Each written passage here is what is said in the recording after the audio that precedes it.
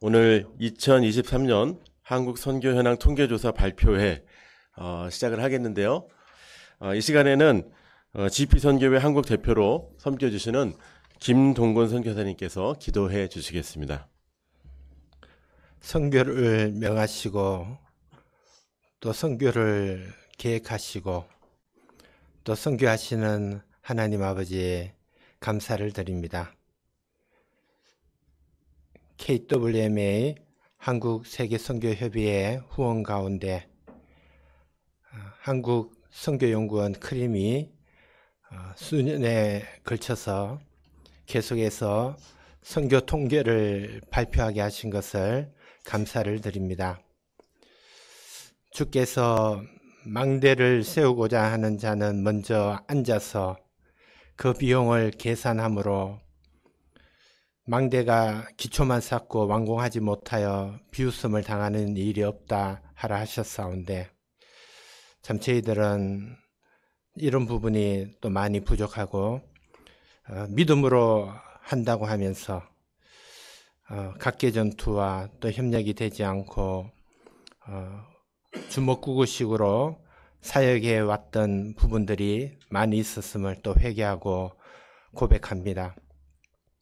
우리 크림의 홍현철 원장님과 우리 연구원들이 한 해 동안 수고하며 지루하고 복잡한 이 통계 작업을 감당케 하신 것을 감사를 드리고, 이 자료들을 통해서 한국 선교가 규모 있게 발전적으로 체계적으로 또 개혁되고 구조조정되며 변화되는 그런 또 은혜가 저희들 가운데 누려지게 하여 주시기를 원합니다. 이 통계 작업을 위하여 참여한 한국교회 또 KWMA 산하 교단 선교부와 선교단체 지원 협력기관들, 주님께서 복 주시고 이것을 통해서 더욱 발전된 단체들로 사역들로 전략들을 수립하며 나가게 하여 주시기를 원합니다. 이 자리에 우리 사랑하는 기독교 언론 문서사역자들 함께 하였습니다.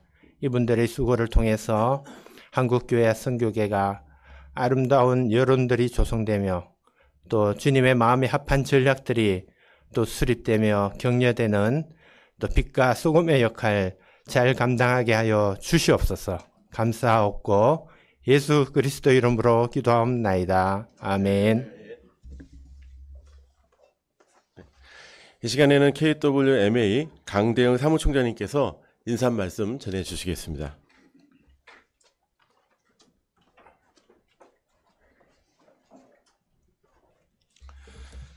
한국교회 선교가 저희가 잘한다고 하지만은 그동안에 통계 자체가 정확하지 않은 게 있었고, 해외에 있는 선교계 리더십들이 한국 선교계에 대한 이해를 잘못하는 경우가 종종 있었습니다. 그래서 결국은 여러분이 아시는 대로 KWMA 통계와 크림 통계를 저희가 합해해 가지고 크림을 의지해서 지금 통계가 해마다 2021년부터 지금까지 이렇게 나오고 있는데요. 이 통계가 너무나 중요한 거는 한국 교회가 지금 어느 정도 선교할 수 있는 영향을 가지고 있는지를 보여주고 있기 때문에 이 통계가 상당히 중요합니다. 그래서 저희가 우선 크림에게 감사를 드리고요. 또 홍 원장님하고 같이 연구하신 김성태, 김범영, 윤희정, 김민주 이 네 분에게도 정말 감사의 말씀을 드리고 싶습니다. 바라기는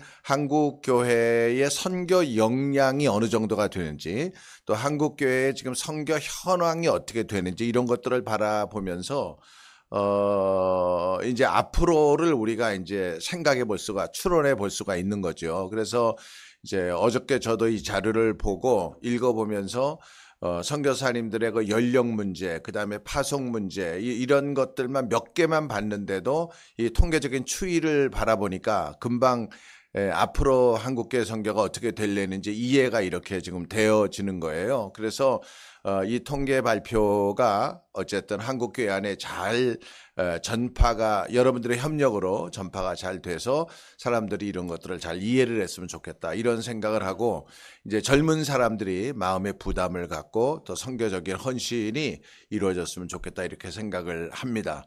이제 홍 원장님 나오셔서 발표해 주실 때에 여러분들 뜨겁게 마음속에 환영해 주시고 박수도 좀 한번 기자님들이라 박수는 익숙하진 않지만 그래도 한번 해 주시기 바랍니다. 감사합니다.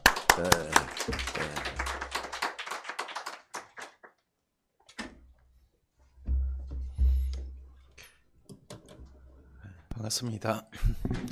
저희가 현황 조사를 11월 달쯤 설문을 보내고 그 이전에 한두 달 전에 또 KWMA랑 같이 서로 논의도 하고 그렇게 합니다. 11월 이후에부터 1월 거의 1월 말 2월 초까지 각 교단과 단체에 기본적으로 아마 한 3-4번 전화를 하고 또 보충하기도 하였습니다. 그래서 가능한 한 저희는 데이터를 좀 투명성 있게 하려고 노력을 했고 모든 응답률이나 이런 것들을 기재를 다 했습니다.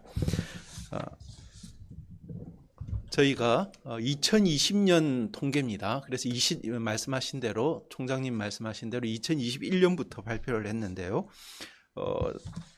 KWMA와 함께 KWMA가 주관하고 한국선교연구원이 조사 발표를 맡은 2023년도 한국 선교 현황을 말씀드리겠습니다. 저희 선교사에 대한 정의가 이전에는 정립이 잘 되어 있지 않았는데 2020년도부터는 저희가 조작적 정의를 먼저 명시하고 거기에 부합하는 선교사를 산출을 했습니다. 보시면 한국 선교사는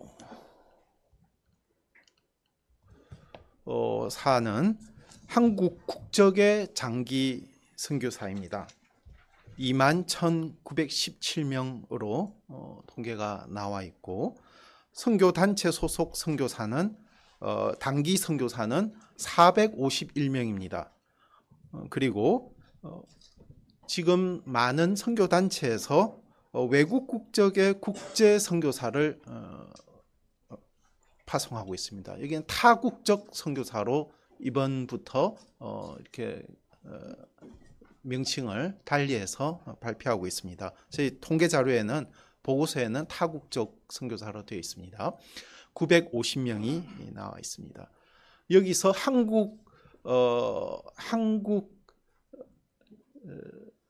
선교의 역량을 본다면 한국 국적의 장기 선교사를 우리가 보았는데요. 이전에는 이것이 한인과 같이 섞여져 있었습니다.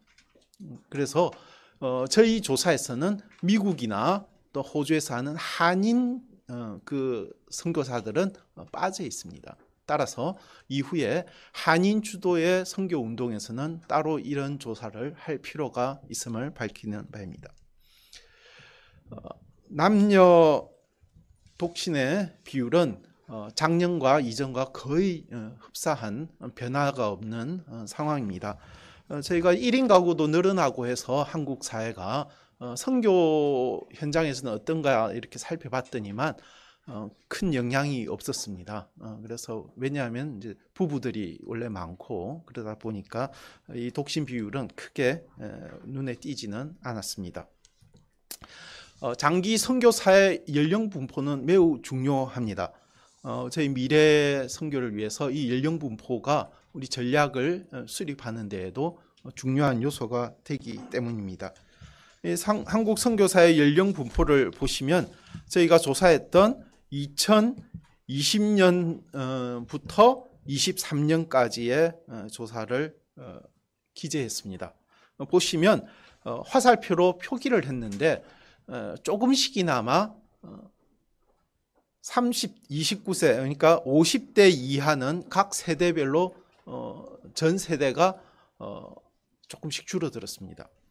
하지만 60대와 70세 이상은 점점점 늘어나고 있습니다. 이것을 우리가 균등 분할해서 연령을 추산해 보면 한 1년에 0.6세씩 최근에 평균 연령이 늘어나고 있는 상황입니다. 따라서 2023년 말 기준 한국 선교사의 평균 연령은 53.7세로 보입니다.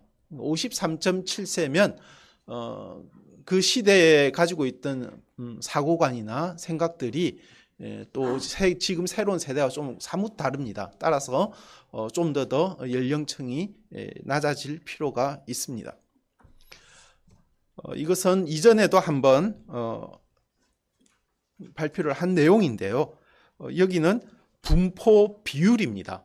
그러니까 한국 선교사라는 하나의 객체의 구성이 어떻게 되어 있느냐, 이것을 1994년 저희가 발표했던, 크림에서 발표했던 2004년, 2012년과 더불어 2020년 이후의 내용을 이렇게 보면 3, 40대는 빼고 5, 60대의 구성을 보면 매우 작게 있다가 점점점 이렇게 많아지게 됩니다. 앞으로 한 10년이 지나면 드라마틱하게 더 많이 늘어나지는 않지만 꾸준히 이 구성 비율이 늘어날 것으로 봅니다. 따라서 한 10년 뒤가 되면 우리 대부분 선교사라고 하면 거의 한 반 이상은 60대 이상, 뭐 지금도 그런 상황으로 50대 이상인데 60대 이상, 그러니까 2명 중에 1명을 초청하면 1명은 60대 이상의 선교사로 추측해 볼 수 있습니다. 하지만 다시 좀 봐야 될 부분인데, 이거는 비율이었고요. 지금 보는 것은 연령대별 장기 선교사 수의 추이입니다. 그러면 우리가 한국 선교 90년대나 88년 시작을 해서 94년쯤 됐을 때에 20대는 100명 단위니까 크게 이건 변화가 있다고 보기는 어렵고요. 또 직장이나 여러 문제로 선교에 헌신하기 어려운 거로 연례로 놓고 본다면 30대를 보면 우리가 뒤로 턴을 한 느낌이 듭니다. 그러니까 1994년도 그때의 인원이 지금 인원이죠. 그렇기 때문에 지금 고령화됐다고 해서 또 너무 실망할 필요는 없는 것이, 젊은 선교 헌신자들이 그래도 이렇게 줄어들지는 않았다는 거죠. 비율에서 줄었다는 거지 94년도의 어떤 상황과 유사하고요. 그 다음에 40대를 보시면 40대는 지금 인원의 수가 2004년도 기억나시죠? 처음에 김선일이나 이렇게 아프간 그 사태, 그 시점과 거의 비슷합니다. 그래서 우리가 3, 40대를 볼 때에 우리가 한국 선교를 다시 리세팅하고 새롭게 잘 조정을 한다면 한국 선교의 지속성에 있어서 우리가 좀 더 긍정적인 부분들도, 연령 구성에 있어서는 긍정적인 부분도 생각해 볼 수 있다라고 볼 수 있습니다. 구성 인원에 있어서는, 구성 분포에 있어서는 고령화가 확실하나 인구에 있어서는 우리의 이러한 또 다른 면모를 볼 수가 있는 것입니다.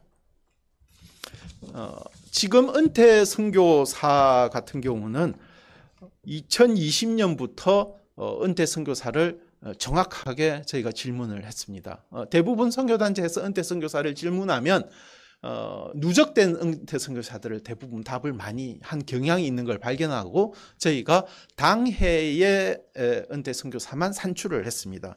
이렇게 하다 보니까 170, 189명, 202, 지금은 274명, 조금씩 이제 늘어나고 있는 상황입니다. 이러한 비율로 늘어난다면 아마 한 10년 내에 한 4,000명 정도 누적으로 4,000명에서 6,000명 정도 사이에 은퇴 연령자가 되는데, 이것은 사실은 앞서서 본 우리 비율에서도 보면 60대 이상이 그 은퇴 대상자가 되는 것입니다. 그 숫자가 고스란히 은퇴 대상자가 된다고 볼 수 있습니다. 이번에 은퇴 선교사가 그러면 이후에 어떤 삶을 가지느냐에 대해서 관심을 많이 가지게 됐습니다. 은퇴 선교사가 은퇴 이후에 두 가지로 요소를 볼 수가 있는데, 하나는 사역을 지속하느냐, 사역을 중단하느냐라는 문제입니다.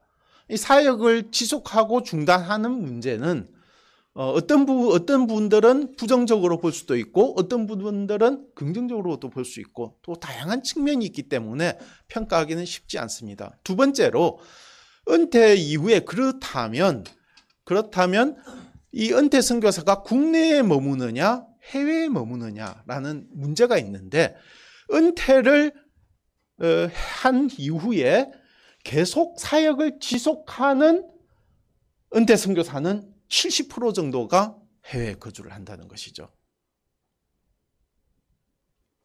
그리고 은퇴를 중단한 은퇴 선교사의 80%는 국내에 들어온다는 겁니다. 그렇게 보니까 지금 한 186명 정도가 되는데, 이것을 분배를 해보면 우리가 어느 정도 은퇴 이후에 숫자들을 좀 추적을 해볼 수가 있습니다. 다 합쳐서 본다면 은퇴 이후에 선교사가 해외에 거주하거나 국내에 거주할 비율이 완벽하게 이번에 같게 나왔습니다. 그냥 두 사람 중에 한 사람은 그냥 해외에 있고 한 사람은 국내에 거주하게 되는 것이었습니다. 이 부분은 지속적으로 이후에도 계속 연구될 필요가 있는 것 같습니다.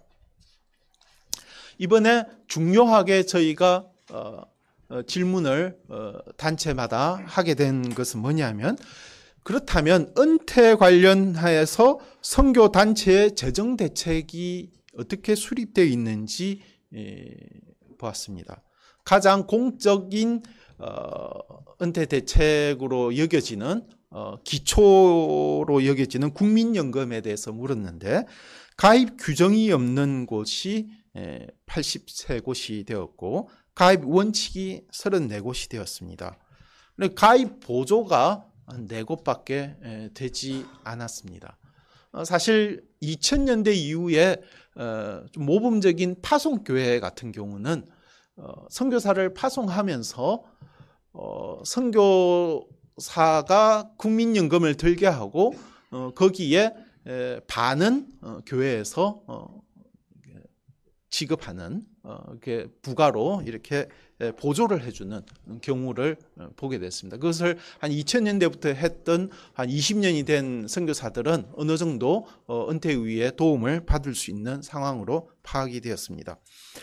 아직까지 은퇴 이후에 국민연금에 대해서 인식이 그렇게 많지 않는 것을 볼 수가 있었는데, 그것은 이번에 국민연금을 각 단체에서 몇 명이나 들었습니까? 개인별로. 그러니까 부부가 따로 들 수 있으니까 이렇게 문의를 했는데 거의 상당 부분 대부분의 단체에서 파악하기가 어려웠어요.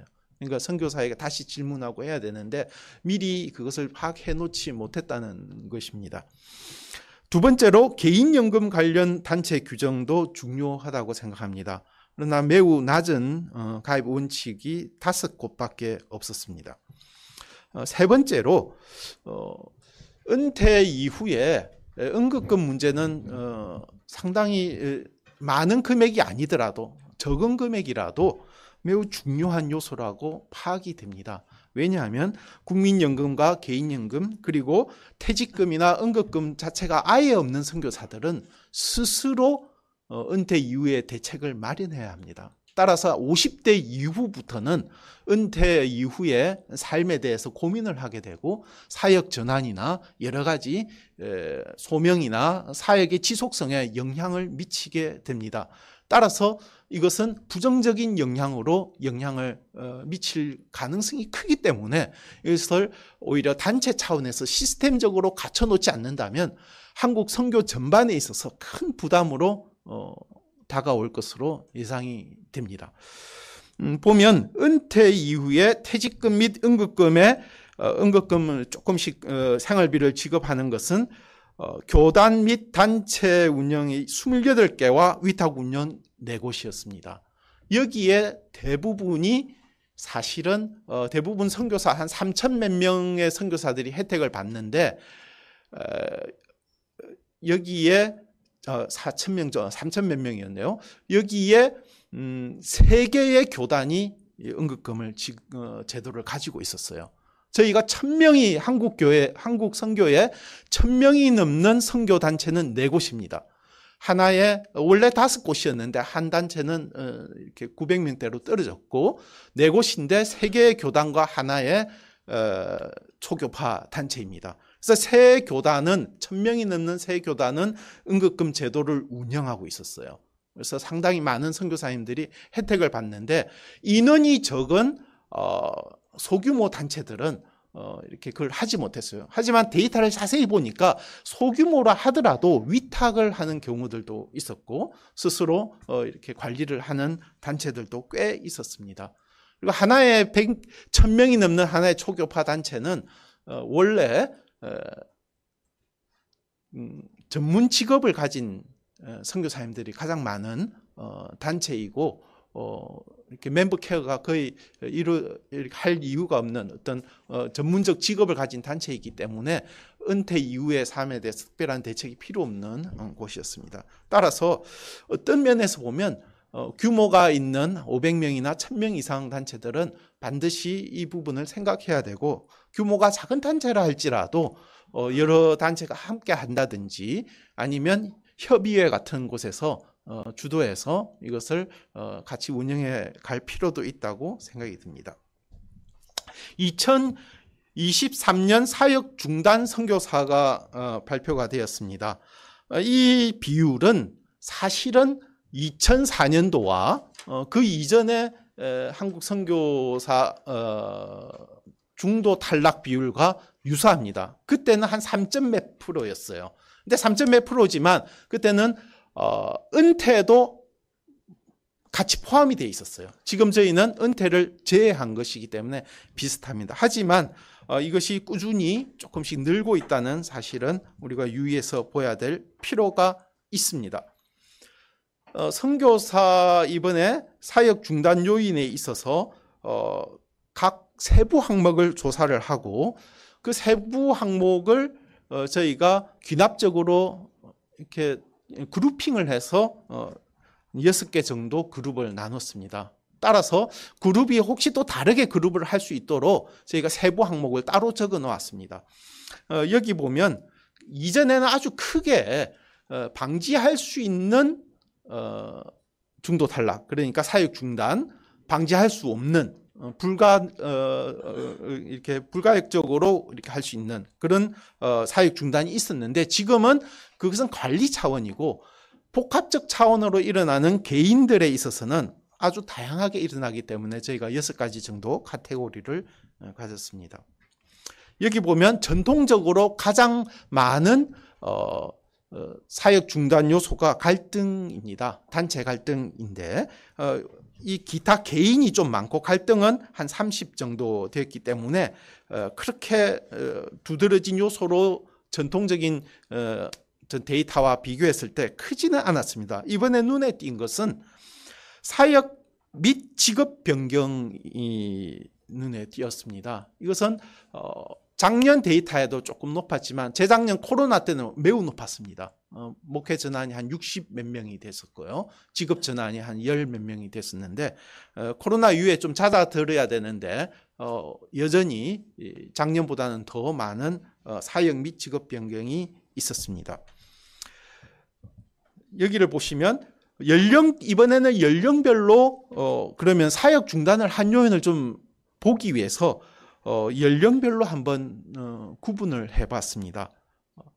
구분을 해보니까 60대는 건강과 소천, 그 다음에 사역 기간 종료 등의 그 연령대에 맞는 요인들이었습니다. 하지만 30대, 40대, 50대는 개인적인 사유는 제대로 밝히지 않은 내용들이 많아요. 그렇게 본다면 실제적으로 작용했던 요소 중에 매우 큰 요소가 목회 전환이었습니다. 상당히 많은 선교사님들이 목사님이시기 때문에 또 50대 이후에 어떻게 보면 세컨 커리어 관련되어 있기 때문에 어떤 기회가 되면 변하는 그런 분들도 있었습니다. 따라서 목회 전환과 직업 변경을 합치면 좀 더 높은 상황이었는데 30대, 40대, 특히 50대에도 이렇게 나와 있었습니다. 이 부분은 우리가 좀 주목해 볼 필요가 있습니다. 은퇴와 관련되어서 지금 100세 시대에서 또 어떤 분들은 120세 시대를 이야기를 하는데 은퇴하는 나이에 대한 연령에 대해서도 단체와 파송단체 그리고 선교사가 협의해서 은퇴 연령이 아직 정해지지 않는 곳도 있고 어떤 곳은 매우 좀 이르게 은퇴를 시키는 곳도 있고 또 미국 위클리프 같은 데는 저희가 문의를 해보니까 한 50대쯤에 또 세컨 커리어를 가질 수 있도록 미리 어떤 다른 유사한 일들을 상담이나 이런 거 하면 미리 준비를 해서 당황하지 않고 준비를 할 때에 은퇴에 대해서 어느 정도 부담을 줄일 수 있는 부분도 있습니다. 하지만 이것은 일괄적으로 될 수 있는 것도 아니고 모든 단체나 또 그 단체에 속한 정신이나 아니면 소명이나 이런 복합적인 문제이기 때문에 은퇴 연령을 정한다는 것은 상당히 많은 철학적인 요소, 사역 철학적인 요소가 담겨져 있습니다. 따라서 교단들은 이미 은퇴 나이들이 정해져 있지만 소규모 단체나 또 초교파 단체들 가운데에서 이 은퇴 나이에 대해서도 상당히 논의할 필요가 있고 또 어떻게 준비할 것인가는 재정적인 부담을 드리지 않고도 상당히 미리 준비할 수 있는 그런 또 지혜가 될 수도 있습니다. 만약에 생활이 어렵고 예를 들어서 은퇴 이후에 생활이 어렵기 때문에 50대 때 목회 전환이 이렇게 할 때에 생활형으로 그것을 바꾼다는 것은 좋지 않는 것으로 볼 수 있습니다. 소명이 본인이 이것을 어떻게 앞으로의 삶을 펼쳐나갈 것인지에 대해서 단체에서 각별히 관심을 가지고 상담을 하고 40대나 50대부터 그 사람이 이 사역을 얼마나 잘 이끌어갈 수 있는지 상담하며 가이드하는 것은 매우 중요하다고 여겨집니다. 2023년도 신규 파송 및 허입 선교사 비율을 보도록 하겠습니다. 2023년 신규 파송 및 허입 선교사 비율은 2.91%로 전체 선교사의 2.91%로 77개국으로 파송이 되었고 625명으로 집계가 되었습니다. 국가가 조금 늘어났는데 살펴보니까 중동 지역도 있고 좀 어려운 지역도 있었어요. 그러나 이제 저희가 조사하는 것이 그 지역에 들어가서 하는 국가를 적는 것이 아니라 사역 대상국이기 때문에 그 주변 국가로 가서 어려운 나라 아니면 분쟁이나 아니면 오랜 어려움이 있는 그 나라들을 돕는 그런 선교사님들이 꽤 있었습니다. 신규 파송 및 허입 선교사 연령과 파송 국가를 보면 작년에 저희 어떤 기자분이 이렇게 질문을 해주신 것을 제가 기억을 하고 있습니다. 연령대별로 그러면 젊은 세대 20대, 30대, 40대 선교사님들은 신규 파송을 받으면 주로 어디를 갑니까? 라고 그 유사한 질문을 했던 것으로 기억이 납니다. 따라서 이번에 좀 힘들더라도 저희 단체들에게 이렇게 그 항목을 넣어서 답변을 받았습니다.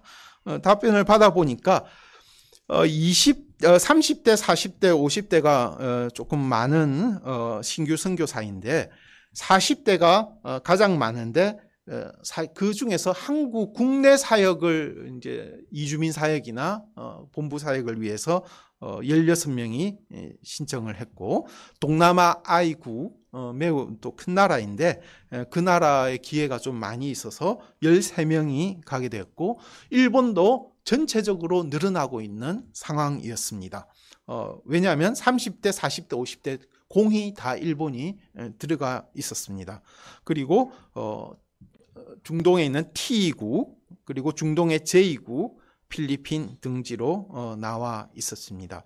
이렇게 보면 다양한 문화가 있는 곳들은 50대 이후는 조금 적은 편이긴 했습니다. 다양한 문화를 접할 수 있는 것은 30대, 40대가 조금 더 많이 선호하는 편으로 여겨졌습니다. 자비량 텐트메이크 전문인 선교사는 15.79%로 2026년도랑 큰 차이는 나지 않았습니다. 국내 본부 선교사를 파악을 했는데 국내 본부 선교사는 약간 늘었습니다. 본부 사역을 하는 선교사님들이 조금 더 는 상태로 볼 수 있습니다. 이번에 저희 현황을 발표하고 나면 이후에 학술회나 아니면 어떤 다른 발표 때 자료에 대해서 세부 자료를 요청하는 경우가 있습니다. 제가 발표되지 않는 자료는 이렇게 따로 이렇게 개인적으로 드리지 않기 때문에 저희가 약속하기로 이번에 그렇다면 이번 발표 때 이 항목을 넣겠습니다 해서 넣은 것이 뭐냐면 국내 외국인 사역의 교단과 초교파 단체, 그러니까 외국인 유학생이나 아니면 외국인 근로자 다문화, 난민 사역 등등에 대해서 얼마나 융통성 있게 하고 있느냐라고 봤을 때 교단이 확실히 적었습니다. 교단의 비율이 적었고 초교파 단체 소속 선교사님들이 꽤 많이 소속되어 있었습니다. 이 부분은 조금 더 생각해 볼 필요가 있는 것이었습니다. 장기 선교사 사역 대상국의 해외 상위 10개국을 조사를 했습니다. 여기 보면 원래 A 권역이 작년에 두 번째로 많은 장기 선교사 사역 대상국이었는데 이제 필리핀, 아주 옛날에 필리핀이 가장 높았잖아요. 필리핀이 다시금 회귀했습니다. 그래서 A국이 떨어졌는데 실제 저희가 조사할 때 실거주를 적게 했어요. 사역 대상국도 적고 실제 거주를 어디 하느냐 적게 했는데 상당 부분 한국으로 적은 부분이 있어요. A 권역을 이야기하고 한국을 적은 것은 실거주가 나중에 반영이 되는데 현재 사역 대상국으로만 적은 것은 이 숫자입니다. 그렇다면 실거주를 반영하면 A 권역은 1200명인데 실제로는 그 A 권역이라고 적고 실거주를 한국이나 다른 국가로 적지 않는 것이 많아서 여기에서 몇백 명은 더 밑으로 내려갈 것으로 보입니다. 그래서 가장 현실성 있는 숫자는 1000명 이하일 가능성이 매우 높습니다. 그리고 한국은 계속 늘어나고 있는데 저희 자료를 보시면 저희가 조사할 때 한국도 있고 기타가 있습니다. 기타가 뭐냐면은 한국 국내에서 사역하는 경우에 예를 들어서 한국 국내에서 사역하면서 동남아의 베트남을 향해서 사역을 한다. 그러면 사역 대상국은 한국에 있지만 여기에는 베트남으로 적히게 되어 있습니다. 따라서 그런 경우는 계산이 되는데 국내 사역을 하더라도 그러나 외국인 교회를 한다든지 불특정한 사역 대상국, 그러니까 여러 나라를 하는 순회 사역을 한다든지 할 경우에는 기타로 되어 있습니다. 이 기타는 순회, 임시 아니면 아직 파송되지 않는 사람 그리고 멀티로 사역하는 사역 대상국이기 때문에 이분들은 대부분 한국에 계십니다. 한 300명 넘는 것으로 아는데 그 숫자와 함께 이 숫자를 다 더하면 한국에 있는 실거주 선교사님은 2000명 이상이 되는 것으로 파악이 되고 있습니다. 단기 선교사는 451명으로 이것은 추정 수가 아니라 그냥 집계된 수입니다. 그래서 훨씬 더 많은데 집계된 수로 이렇게 되어 있습니다.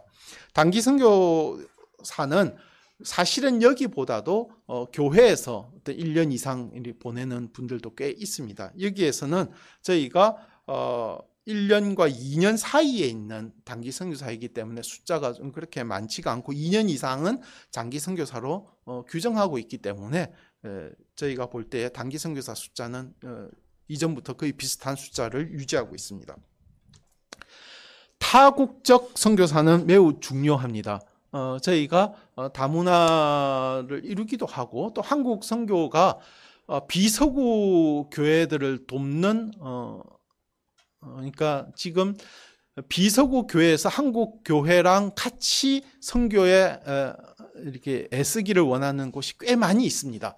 세계 기독교의 흐름 가운데에서도 비서구 교회들의 어떤 두드러진 어떤 약진들이 있습니다. 그 가운데에서 이 타국적 선교사는 매우 중요한 지표를 보여주고 있는데 어떤 지표냐면 저희가 950명 정도 한 900명대를 왔다 갔다 하고 있습니다. 그리고 76개 국적이고 59개 단체에서 이 타국적 선교사들을 보내고 있죠. 미국도 있지만 뭐 브라질이나 아니면 아프리카나 또 동남아시아 선교사님들도 꽤 있습니다. 중요한 것은 타국적 선교사를 지원하는 것이 어떤 면에서 재정적 지원이나 아니면 진정한 파트너십으로 대하고 있지 않다는 느낌이 듭니다. 왜냐하면 1년, 2년 후에 또 바뀌고 이런 상황이 있기 때문에 사실은 우리가 성숙된 이제는 우리가 선교사를 많이 보내지 못하지만 진정한 역량을 보이려고 한다면 저희가 현지인의 목소리를 자세히 듣고 그들 문화 속에서 가장 일을 잘할 수 있는 또 그 사역자들과 함께 파트너십으로 일을 한다는 것은 그들을 우리의 같은 멤버십과 같은 동등한 지위를 줄 수 있느냐의 문제에 달려 있습니다. 하지만 상당히 많은 단체들은 그것을 정체성의 문제나 아니면 또 여러 가지 문제들을 생각하기 때문에 어려워하고 있습니다. 그래서 지원이나 아니면은 협력하는 어떤 그런 정도로만 유지하고 있는데 이 부분에 있어서는 한국 교회가 선교를 더욱더 한 단계 더 뛰어넘는 선교를 한다면 이웃에 있는 이렇게 외국인 선교사들을 우리의 멤버와 거의 동등한 정도로 같이 파트너십을 가질 수 있는 제도가 마련되어야 될 것으로 보입니다. 선교사 수에 따른 단체 규모는 매우 중요한 부분이기도 합니다. 50명 미만의 선교사는 많지가 않습니다. 하지만 100명 미만과 50명 미만은 관리가 거의 되지가 않는 단체들이 꽤 많이 있습니다. 왜냐하면 그 단체가 그만한 역량을 가지고 있지 못하기 때문입니다. 따라서 이런 단체들이 함께 서로 다른 단체이긴 하지만 어떤 사안에 있어서 함께 협력해서 공동으로 대처하는 것은 가능할 것으로 봅니다. 무조건 같이 합쳐서 뭔가를 하자라고 할 때는 선교사님들도 다 색깔이 다르기 때문에 어렵지만 어떠한 사안에 대해서 예를 들어서 은퇴라든지 아니면 어떤 선교 대회를 한다든지 이럴 때에는 같이 협력해서 하는 그러한 분위기를 많이 만들어 간다면 선교 단체들도 서로 성장할 수 있을 것으로 봅니다. 선교단체 본부 근무자 중에 올해 특별하게 따로 조사한 부분이 있는데 그것이 바로 자원봉사자입니다. 자원봉사자는 이후에 선교의 헌신자로 또 유입될 수 있는 매우 중요한 요소입니다. 따라서 저희가 풀타임 근무자와 파트타임 근무자를 이렇게 조사를 했는데 파트타임 근무자가 꽤 줄었어요. 몇백 명이 줄었습니다. 그것은 뭐냐면 이전에 자원봉사자가 파트타임 근무자와 섞여 있었죠. 그래서 이번에 자원봉사자란을 따로 작성을 하니까 파트타임 근무자가 줄고 자원봉사자 숫자가 나왔는데 이 수치가 좀 더 많지는 않습니다. 그러니까 응답률이 그렇게 높지는 않아서 하지만 참고할 수 있는 정도의 수준으로 여겨집니다. 선교단체의 재정 현황은 갈수록 각 선교단체들이 재정 현황을 공개하는 비율이 높아지고 있습니다. 매우 긍정적인 신호이고 또 이것을 통해서 한국 선교단체의 역량과 이후의 상황을 파악할 수 있습니다. 한국 선교사들이나 이 부분은 조금씩 줄어들고 있고 또 크게 변화가 없는 것에 비해서 재정 현황은 조금씩 더 나아지고 있습니다. 대신 파송단체는 이번에 좀 줄어들었는데 파송단체를 제외한 봉사지원 전문단체 공이 모두 늘어난 것으로 파악이 됐습니다. 많이 늘어난 것은 아니지만 경제가 어려운 가운데에서도 이렇게 선교에 관련돼서 교회가 지원을 하고 하는 한국 교회의 지원은 계속해서 끊이지 않은 것에 감사드립니다. 다음 선교사 자녀 교육 연령별 분포를 보도록 하겠습니다.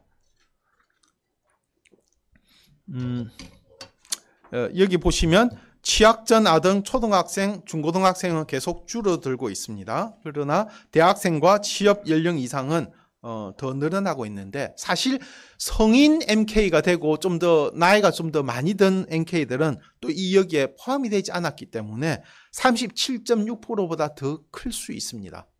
그것을 아시고 보시면 좋겠습니다. 이번에 조사하면서 MK 단체에서 특별히 요청이 있었는데, MK가 한국에 다시 들어오게 될 때, 리엔트리로 들어올 때 재입국하게 되면 정체성 문제와 함께 재적응 문제에 부닥치게 됩니다.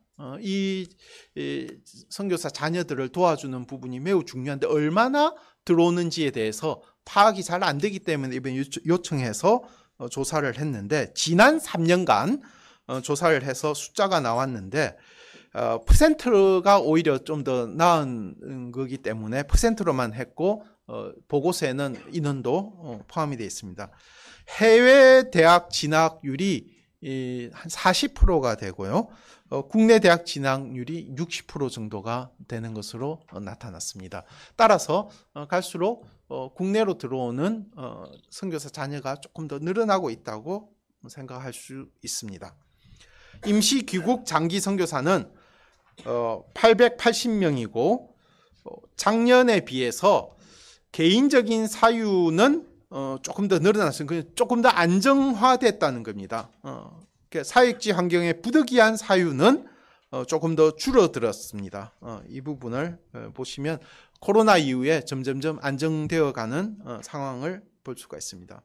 이번에 특별히 조사를 하게 된 부분이, 그렇다면 재배치가 이루어지는데, 선교사 재배치가 지금 이루어지고 있는데, 이 재배치가 이루어지고 있는 거주 국가의, 그러니까 사역지이면서 거주죠. 그러니까 사역 대상국이 아니라 사역 대상국이면서 사역을 하면서 거주하는 국가가 변경되는 요인들을 좀 파악하고자 했습니다. 이것은 현재 여러 흐름들을 보여주고 있는데, 가장 큰 요인은 추방이었습니다. 여기서 88건이 있었는데 2년 동안 동북아 A국에서는 대규모로 추방이 있은 다음에 여전히 2년 동안에도 가장 많은 수로 추방이 지속되고 있었고, 비자 거절도 꽤 높았어요. 14건 정도가 있었습니다. 그 다음에 추방의 두 번째로 T국에서도 있었고, 동남아 L국이라고 있습니다. L국과 남아시아 N국에서 이렇게 좀 적지만 그런 사례가 있었습니다. 비자 거절은 서남아 I국에서도 꽤 높은 비율로 건수로 8건 정도가 있었고, 그 외에는 한두 건씩 있었습니다. 그래서 어떻게 보면 비자 거절이 되고 T국 같은 경우는 거절이 있고 난 다음에 그 주변에 국가로 좀 많이 모이고 있더라고요. 제2국이나 이런 쪽으로 좀 많이 모이고 있는 상황이었고, 저희가 보면 단체가 권유해서 옮긴 숫자도 세 번째로 많이 있었습니다. 이후에 비자 사유 이외에도 사역 지속의 어려움을 호소한 곳은 동북아 A국이었고, 그 외 곳들이 있었습니다. 전쟁민 치안도 5건인데 더 많이 있는데 다른 사안들로 적어서 5곳만 적혀 있습니다. 그렇다면 그럼 어디서 어디로 옮겼는지에 대해서 또 다시 그걸 재정렬을 해서 보니까 동북아 A국에서 제일 많이 떠났고, 제일 많이 들어온 것은 한국이었어요. 한국으로 제일 많이 들어왔고, 또 서남아 I국에서 떠났고요. T국, 태국, 대만도 꽤 이제 떠난 분들이 있었습니다. 근데 한국 이외에 받아들인, 그러니까 새롭게 선택된 주요 사역지로는 태국이 높았습니다. 그 다음에 동남아 M국이 여러 가지 다문화적이고 주변 국가로 사역하기 좋은 곳이어서 M 국가는 지속적으로 늘어났고요. 그다음에 밑에 있는 I국, C국, V국 등 동남아 대표적인 국가들로 볼 수 있습니다. 이것을 통해서 현재 가만히 보면 아프리카도 가긴 하지만 그렇게 많이 가지는 않는 것으로 나타났어요. 자, 2023년 선교사 파송 훈련을 보면 이전 자료에 이제 파송 훈련을 보면 지속적으로 선교사 파송 훈련은 늘어나고 있는 것으로 보여집니다. 실행 단체는 작년과 유사하게 49개 단체이고 증감률은 8.8%, 8.9%로 나와 있습니다. 그 다음에 선교사 교육, 그러니까 재교육을 말하는 겁니다. 선교사를 위해서 연장 교육을 포함한 선교사를 위한 파송위의 교육과 관련돼서는 조금 더 줄어들었습니다. 그러니까 이전에 코로나 이후에 좀 줄어든 숫자가 계속 한국에 나오기가 이제는 좀 더 어려운 상황들이 있는 것으로 보입니다.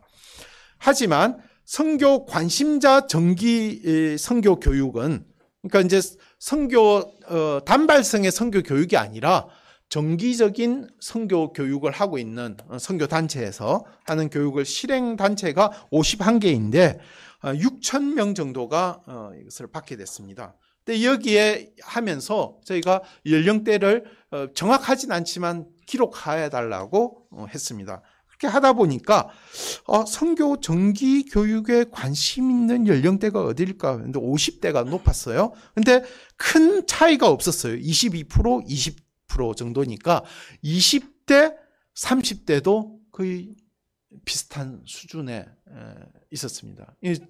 선교 관심자 정기 선교 교육은 매우 중요합니다.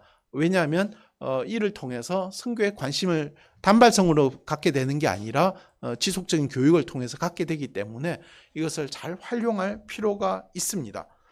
기간별 단기 선교 활동은 좀 더 나아가서, 그러니까 선교에 조금 더 근접하게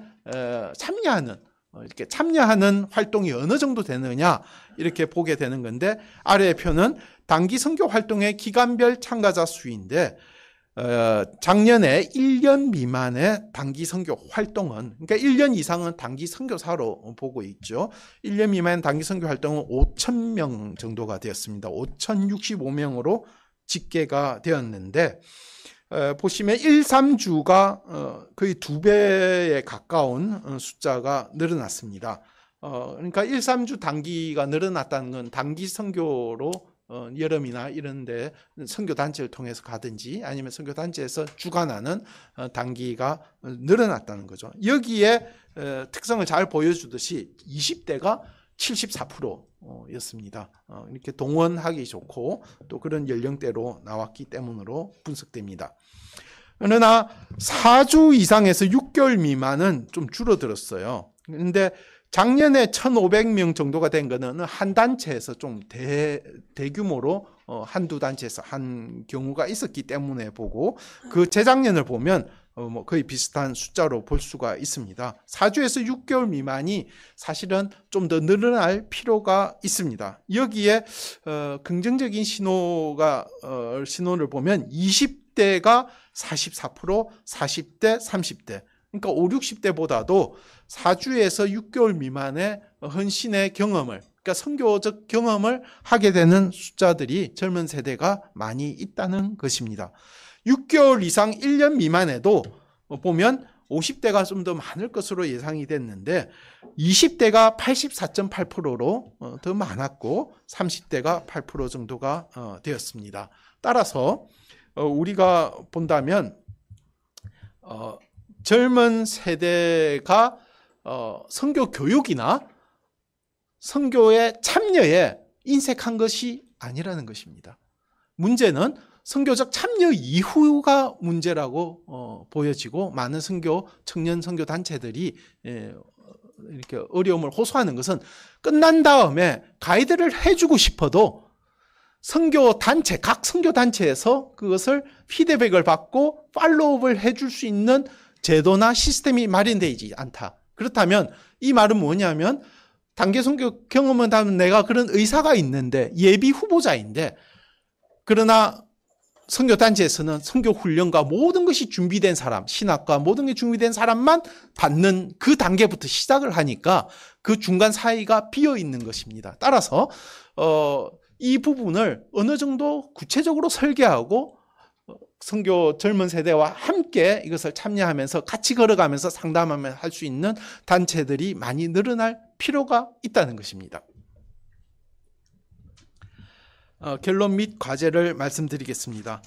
이번에 조사에서는 저희 목사님들과 또 연구원들이 상당히 고생을 많이 했습니다. 왜냐하면 연령대로 조사를 다 했기 때문에 단체에서 힘들어하는 단체들이 있었어요. 왜냐하면 힘들어하고 어려워한 단체는 굉장히 성실한 단체였어요. 몇 개 교단 중에서. 왜냐하면 성실하게 하려고 하니까 너무 힘들었던 것이죠. 그래서 불만을 토로했지만 자료를 보니까 굉장히 성실하게 답을 해주셔서 너무 감사드리고요. 또 저희 연구원들 여러 번 전화하면서 또 맞지 않는 데이터는 다시 되묻고 그렇게 했습니다. 따라서 이번에 변화하는 상황을 반영하고자 노력하였고 늘어나는 은퇴 선교사들에 대한 단체별 대책과 함께 신규 사역 대상국, 사역 중단과 그 요인, 그리고 선교교육, 단기선교 활동 항목들을 각각의 연령대별로 조사했습니다. 여러분이 이 내용이 분량이 많지만 조금 더 자세히 따지고 이렇게 보시면 이후에 우리 선교에 대한 방향이나 흐름을 어떻게 잡아야 가야 될지 어느 정도 기초 자료가 될 수 있을 것이라고 봅니다.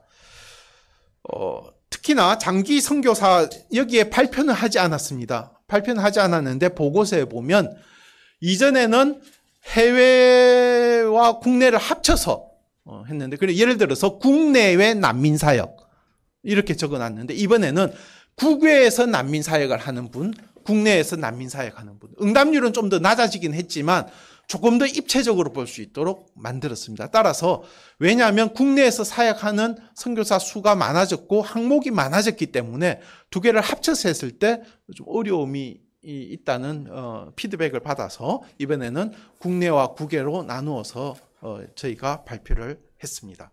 늘어나는 또 제2국 MK의 현황과 관련하여서 조사한 자료가 대략적이긴 하지만 이후 MK의 제2국가 재적응 문제에 대해 좀 더 관심을 가질 수 있기를 바라는 마음으로 조사하였습니다. 특히나 선교지 환경의 변화들로 인해서 선교지 변경하는 선교사들이 늘어나고 있습니다. 그래서 그 요인들을 함께 조사했는데 이를 기반으로 선교지 상황을 또 엿보고 특히나 선교사의 은퇴 문제에 대해서는 이것이 선교사의 은퇴 이후의 삶만 다루는 것이 아니라 은퇴가 다가오는 50대부터 사실은 선교사들은 생각을 하고 있기 때문에 사역에 많은 영향을 주게 됩니다. 따라서 우리 한국 교회와 선교단체가 시스템을 잘 갖춰 있으면 부정적인 부분들이 많이 감소할 수가 있을 것으로 보입니다. 예를 들어서 전혀 시스템적으로 준비가 안 되는 자기 혼자 이렇게 노후를 대책을 해야 된다면 어쩔 수 없이 해외에 남아 있거나 어쩔 수 없이 또 해외 재산이나 이런 부분에 있어서 또 이렇게 부정적인 부분을 드러낼 수도 있기 때문에 재정적인 부분에 있어서 은퇴 이후의 삶에 대해서 시스템적으로 잘 갖춰져 있는 것은 선교의 투명성과 성숙과 또 전반에 걸쳐서 상당히 많은 것과 연관이 되어 있습니다. 따라서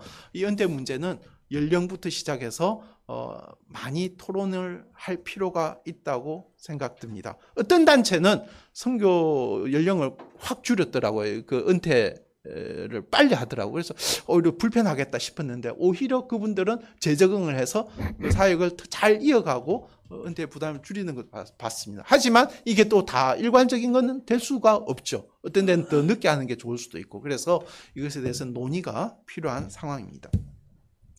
선교 전반에 드러나고 있는 선교사의 고령화 문제와 더불어 선교 헌신자의 부족 문제가 앞으로 한국 선교의 부담으로 작용할 수 있지만 문제들을 해결하고 다시 리셋을 하면서 우리가 하나님 앞에서 잘 준비한다면 한국 선교가 의미 있는 그런 결과들을 낼 수 있을 것이라고 생각됩니다. 감사합니다.